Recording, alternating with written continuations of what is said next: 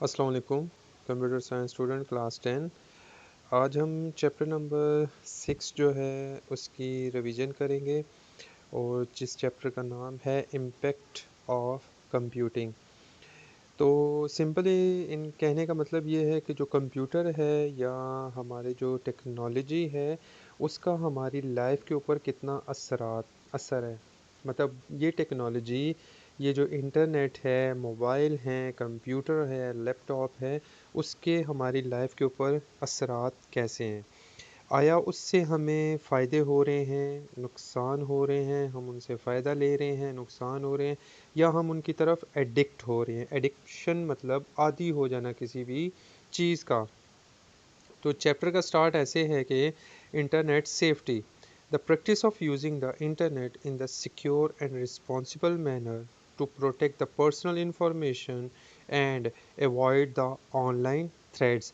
कहते हैं इंटरनेट को इस तरीके से, इस इस्तेमाल से इतने रिस्पॉन्सिबल होकर या फिर ख़ुद को इतना सिक्योर रख कर इस्तेमाल करें कि आप किसी भी चीज़ के ख़तरे में ना पड़ सकें, कोई भी ऑनलाइन थ्रेड आपको ना आ सके, कोई भी आदमी आपको हरेस्ट ना कर सके, कोई भी आदमी आपको किसी भी किस्म की लैंग्वेजेस या किसी भी किस्म के मैसेजेस, ईमेल्स के थ्रू आपको अपने कंट्रोल में ना कर सके।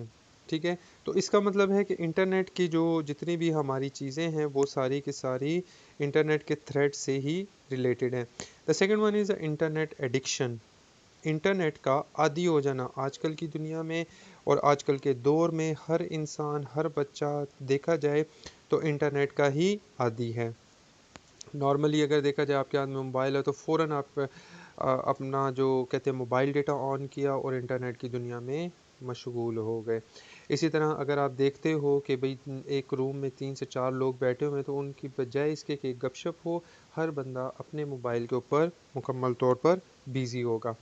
तो इंटरनेट एडिक्शन का मतलब है compulsive and excessive use of the internet that interferes with the daily life, relationships and well being.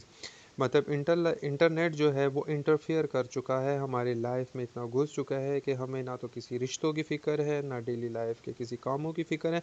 बस हम टोटली तौर पर इंटरनेट के ऊपर ही मुयस्सर हैं। The next one is a cyberbullying, online harassment or the bullying that can be cause emotional distress and has a significant negative impact on the individuals. Cyber bullying का मतलब है कि आप ऑनलाइन तरीके से किसी को भी ईमेल करते हो, धमकियां देते हो और उसको डराने की कोशिश करते हो, तो ये सारी की सारी आपकी साइबर बुलिंग में आ जाता है। मतलब आप किसी को ईमेल करते हो कि भाई मैं आपको नुकसान पहुंचा दूंगा, मैं आपको छोड़ूंगा नहीं, तो ये एक साइबर बुलिंग में आ जाता है। टेक्नोलॉजी एडिक्शन मतलब आप किसी भी टेक्नोलॉजी के कितने आदी हो चुके हैं। फॉर एग्जांपल के तौर पर जैसे आप इंटरनेट के आदी हैं तो इंटरनेट एक टेक्नोलॉजी पर इस्तेमाल होता है। टेक्नोलॉजी मतलब कोई भी मोबाइल, कोई भी लैपटॉप, कोई भी कंप्यूटर, तो आप उस चीज़ के कितने आदी हो चुके हैं। तो किसी भी किस्म की डिजिटल डिवाइस को ले लें, उसके नेगेटिव एंड पॉजिटिव इफ़ेक्ट ज़रूर हैं। वो आपकी मेंटल हेल्थ को भी डिस्टर्ब करता है, प्रोडक्टिविटी है एंड रिलेशनशिप्स हैं, उनमें भी आपको किसी भी काबिल नहीं छोड़ता। मतलब कहने का है कि अगर फॉर एग्जांपल जैसे पहले एग्जांपल दिए कि आप एक रूम में बैठे हैं, 4 से 5 लोग हैं, तो वो बजाय इसके कि गपशप करने के वो कोई अपने मोबाइल पर बिज़ी होगा, कोई लैपटॉप पर बिज़ी होगा, कोई किसी भी चीज़ पर। The next one is the internet, a global network of the interconnected computers and devices that allow for the sharing of the information and the communication. Internet हमें यहाँ पर ऐसी फैसिलिटी प्रोवाइड कर देता है, एक ग्लोबली नेटवर्क प्रोवाइड करता है जिसके थ्रू हम अपनी जो कम्युनिकेशंस हैं उसको कंटिन्यू कर सकते हैं, अपनी इंफॉर्मेशन को शेयर कर सकते हैं। इंफॉर्मेशंस मतलब डॉक्यूमेंट्स, फाइल्स और कोई भी पर्सनल डेटा जो है वो सारी चीज़ें हम आगे फॉरवर्ड कर सकते हैं। तो next one is spam. Spam मतलब ऐसी चीज़ें अनवांटेड मिसलीनियस ईमेल्स हैं जो कि आप क्या करते हो, प्राइवेटली तौर पर किसी को भी सेंड कर देते हो, वो बंदा उसको चेक करता है, वो बेसिकली आपकी प्राइवेसी को डैमेज करता है और सिक्योरिटी को डैमेज करता है। The next one is spyware, malicious software that secretly monitors and collects the personal information from the user. ये एक नुकसान देने वाला कह सकते हैं कि एक सॉफ्टवेयर है, ठीक है, स्पाईवेयर के नाम से है, जो कि आपके पर्सनल डेटा को क्या करता है, अपने पास कलेक्ट करता जाता है, आपकी पर्सनल इंफॉर्मेशन को कलेक्ट करता है, आपके पर्सनल ईमेल्स को, आपके अकाउंट्स को अपने पास सेव करता है। इसी तरह कुकीज़ हैं, स्मॉल टेक्स्ट फाइल्स हैं stored on the users devices to track online activity which can raise privacy concern. Cookies एक स्मॉल टेक्स्ट फाइल्स हैं जो कि आपके मोबाइल में स्टोर हो जाती हैं, और आप ऑनलाइन जितनी भी एक्टिविटीज़ करते हो वो अपने पास स्टोर करता जाता है, और उसी से रिलेटेड फिर आपके मोबाइल की जितनी भी एक्टिविटी है उसको मोनीटर करता है। वो ज़्यादातर आपके प्राइवेसी को डैमेज करता है, प्राइवेसी को नुकसान पहुंचाने के लिए होता है। क्लाउड कंप्यूटिंग है तो that technology provide the access to computing resources and services over the internet, allowing for the scalable and flexible use of the IT infrastructure।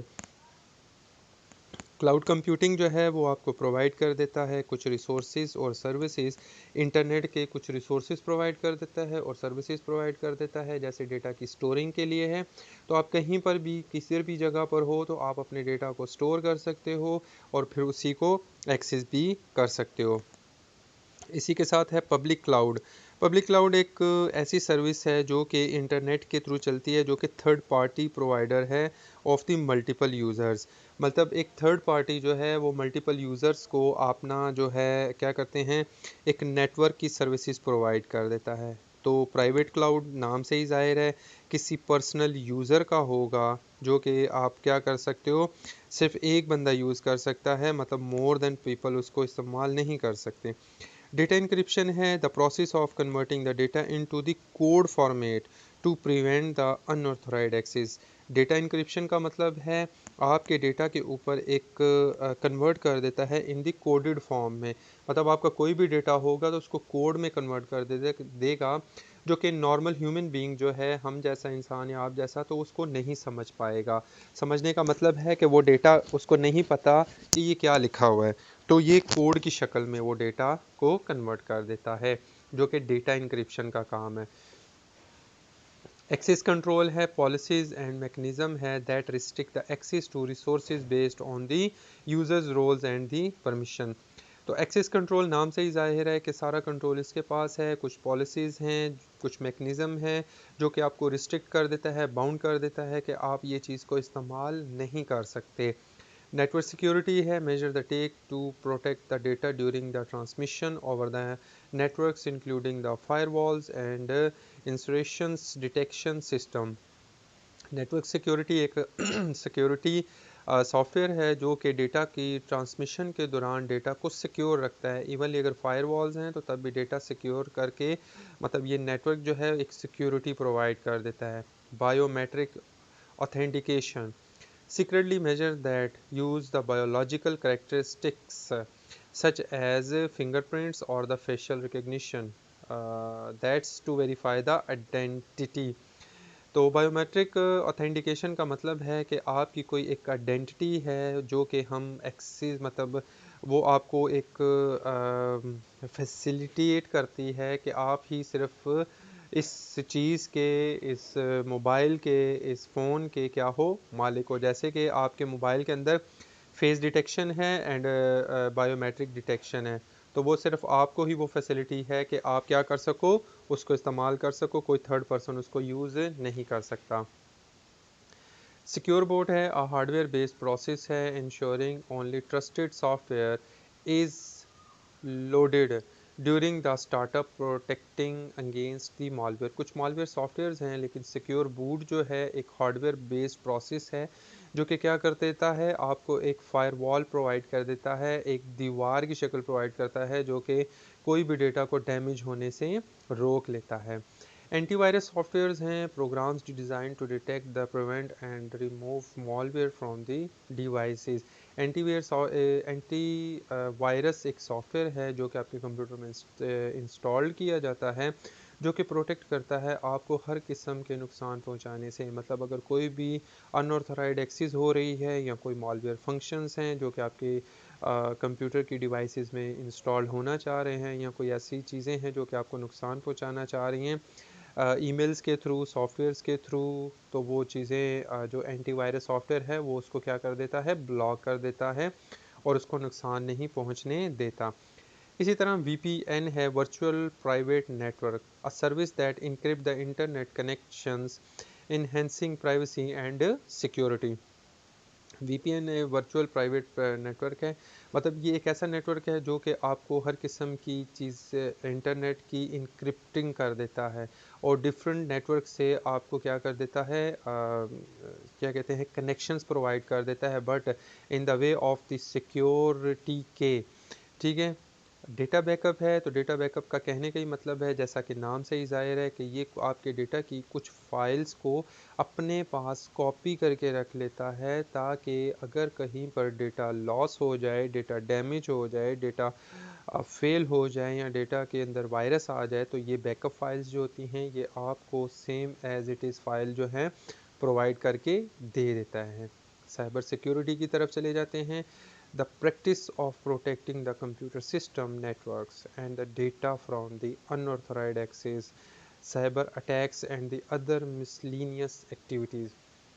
अगर आप साइबर सिक्योरिटी की तरफ जाते हैं, तो साइबर सिक्योरिटी एक कंप्यूटर सिस्टम है, एक नेटवर्क है और एक डेटा की फॉर्म है जो कि आपको प्रोवाइड कर देता है किन चीज़ों से। अगर कोई अनऑथराइज्ड एक्सेस करना चाह रहा है आपके कंप्यूटर, तो रोकेगा।